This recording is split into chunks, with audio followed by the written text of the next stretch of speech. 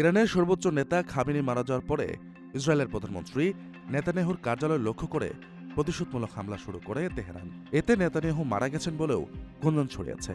সোমবার ইরানের Tasnim news agency একটি প্রতিবেদন প্রকাশ করে জানিয়েছে, হামলায় ইসরায়েলের নেতানিয়াহু নিহত বা আহত হতে পারেন।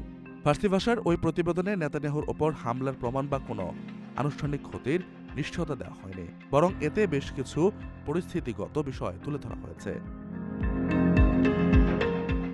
যার মধ্যে রয়েছে নেতানিয়াহুর সাম্প্রতিক ভিডিও ক্লিপ না থাকা, হিব্রু ভাষার গণমাধ্যমে তার বাড়ির চারপাশে কড়া নিরাপত্তা ব্যবস্থা সম্পর্কে প্রতিবেদন, জ্যারেড কোশনার এবং মার্কিন বিশেষ দূত স্টিভ উইটকফের কথিত সফর স্থগিত করা এবং রাষ্ট্রপতি ইমানুয়েল ম্যাক্রো এবং নেতানিয়াহুর মধ্যে একটি ফোনালাপের ফরাসি পাঠ, যেখানে কথোপকথনের তারিখ নির্দিষ্ট করা হয়নি।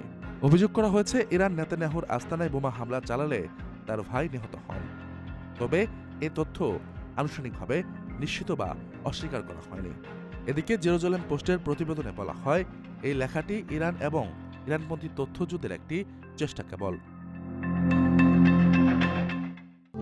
প্রবাসীদের জন্য নির্মাণ হচ্ছে দেশের প্রথম স্মার্ট সিটি, যেখানে থাকছে স্কুল, মসজিদ, হাসপাতাল, সুইমিং পুল, হেলিপ্যাড, পাঠাগার, জিম, সুপারমার্কেট, শিশু পার্ক সহ সকল নাগরিক সুবিধা। মাত্র ৩০ লাখ টাকা বিনিয়োগে মিলছে আকর্ষণীয় ফ্ল্যাট।